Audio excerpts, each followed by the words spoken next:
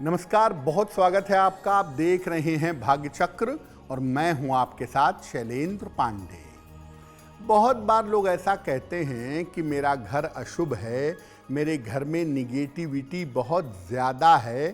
तो आखिर घर अशुभ होता क्यों है?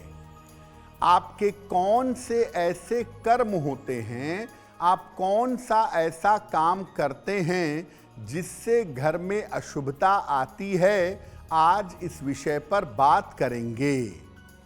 12 राशियों के दैनिक राशिफल की, और कार्यक्रम के अंत में आपको बताएंगे कि अगर आज किसी महत्वपूर्ण काम से जाना है तो क्या करके घर से निकलें कि आपको सफलता मिले, और आज का दिन कितना महत्वपूर्ण है, आज कौन सा काम करें, कौन सा काम ना करें।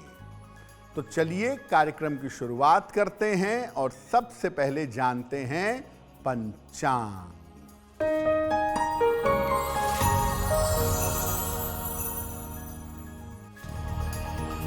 दिनांक 19 दिसंबर 2025, दिन शुक्रवार, तिथि है पौष कृष्ण पक्ष की अमावस्या तिथि, नक्षत्र है ज्येष्ठा नक्षत्र, रात के 10:51 तक।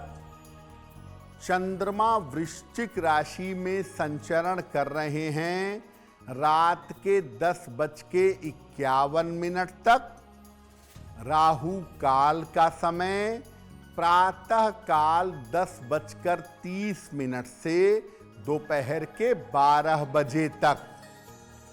पश्चिम दिशा की तरफ यात्रा करने की मनाही है, लेकिन अगर यात्रा करना जरूरी है, मजबूरी है, तो जरा सी दही खाकर और भगवान का स्मरण करके यात्रा करेंगे तो मुश्किल से बचे रहेंगे। देखिए, हमारे घर में हम जहाँ रहते हैं, हमारे कर्मों से शुभता और अशुभता पैदा होती है। ऐसा होता क्यों है? क्या वास्तव में ऐसा होता है?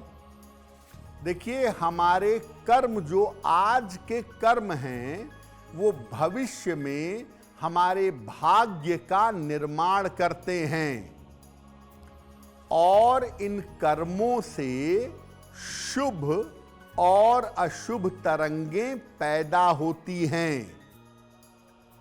जब शुभ तरंगें इकट्ठा होती हैं तो ये शुभता पैदा कर देती हैं, और जब अशुभ तरंगें इकट्ठा होती हैं तो ये अशुभता पैदा करके जीवन को प्रभावित कर देती हैं।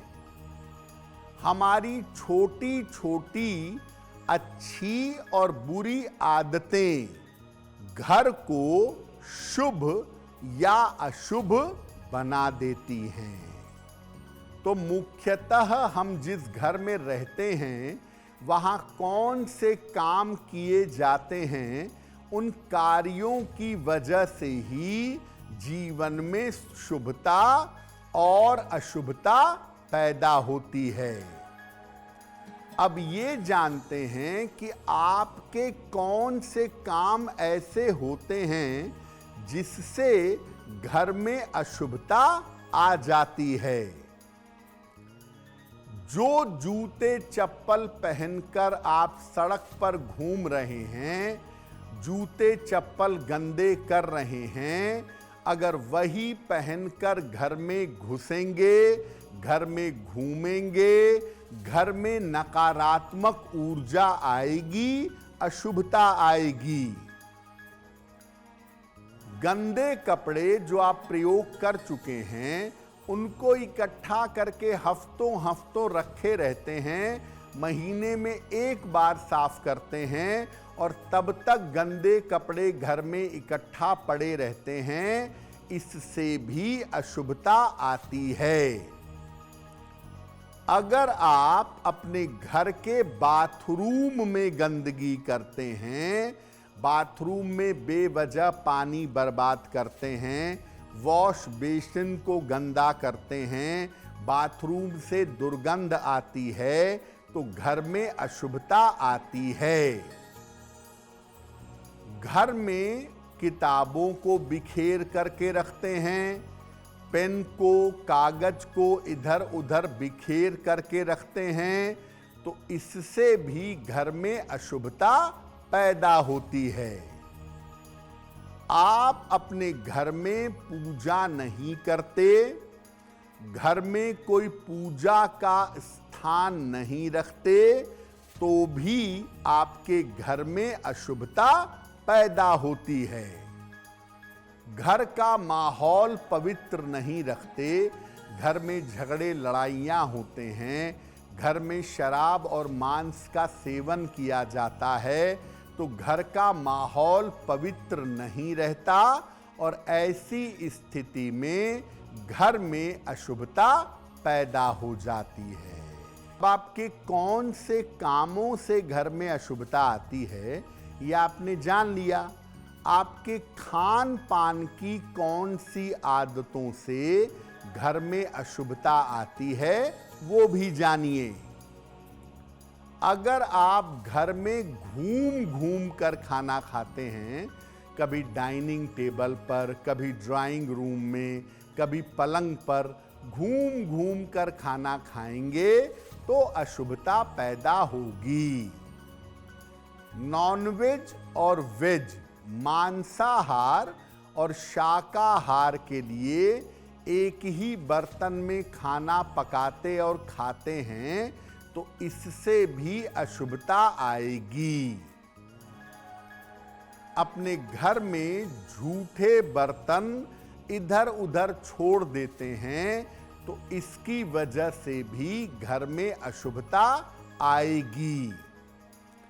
अगर आपके घर में खाने की बर्बादी होती हो या खाना कूड़े में डाल देते हो तो इसकी वजह से भी आपके घर में अशुभता आएगी। अब ये जानते हैं कि आपके व्यवहार की किन आदतों की वजह से घर में अशुभता आती है। अगर आप अपने घर में चीखते चिल्लाते हैं, तेज और ऊंची आवाज में बात करते हैं, घर की शांति भंग होगी और घर में अशुभता पैदा होगी। घर में अपने बड़े बुजुर्गों के साथ अगर आप अच्छा व्यवहार नहीं करते तो घर में अशुभता पैदा होगी। घर की महिलाओं के साथ अगर आप दुर्व्यवहार करते हैं, उनके साथ अच्छे संबंध नहीं रखते हैं तो घर में अशुभता पैदा होगी। अपना फ्रस्ट्रेशन बच्चों पर निकालते हैं, अपना तनाव बच्चों पर निकालते हैं, बेवजह बच्चों को मारते हैं, पीटते हैं, तो इससे भी घर में अशुभता पैदा होगी। तो आपने ये जाना कि आपके कर्मों से, आपके खान पान से, आपके व्यवहार से घर में अशुभता आ जाती है। अब घर में कौन सा ऐसा काम करें जिससे घर में शुभता आए। घर में दोनों समय थोड़े ही सही, 5 मिनट ही सही, लेकिन सुबह शाम दोनों समय पूजा उपासना जरूर करिए। एक पूजा की जगह घर में बनाइए और 5 मिनट सुबह, 5 मिनट शाम को बैठकर प्रार्थना करिए।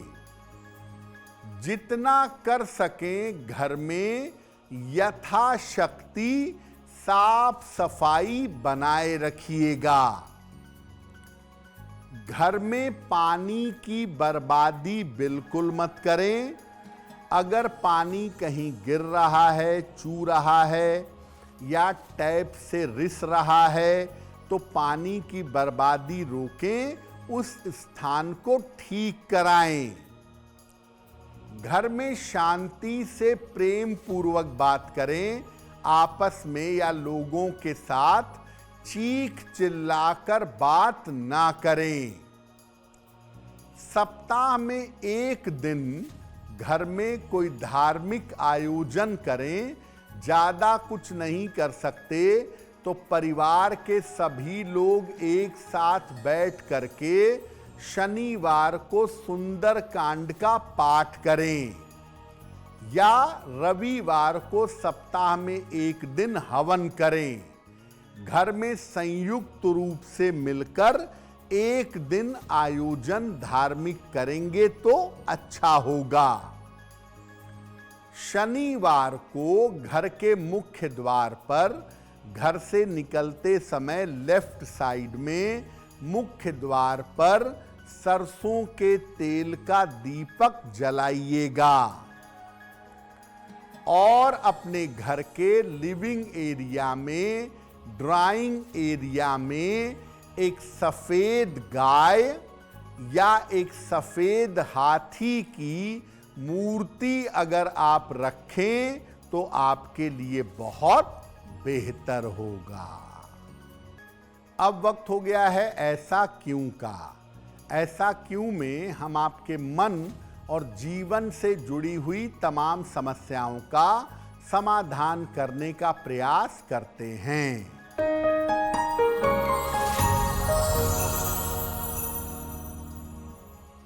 बहुत सारे लोगों का ऐसा मानना है कि अगर आप हीरा पहनेंगे तो आपका वैवाहिक जीवन खराब होगा। क्या हीरा पहनने से वैवाहिक जीवन खराब होता है? देखिए, हीरा शुक्र का रत्न है और विवाह होने में और विवाह चलाने में शुक्र की बड़ी भूमिका होती है। अगर कुंडली में शुक्र अनुकूल है तो आप हीरा पहन सकते हैं, आपको दिक्कत नहीं होगी। लेकिन अगर शुक्र आपका अच्छा ग्रह नहीं है, अनुकूल ग्रह नहीं है, तब हीरा पहनने से वैवाहिक जीवन में दिक्कतें आ सकती हैं। अगर आप मुझसे जुड़ करके अपनी समस्याओं का समाधान चाहते हैं और चाहते हैं कि आपकी समस्याओं को ज्योतिष के माध्यम से सुलझाया जाए, तो आप हमसे संपर्क कर सकते हैं, जुड़ सकते हैं एस्ट्रो तक पर।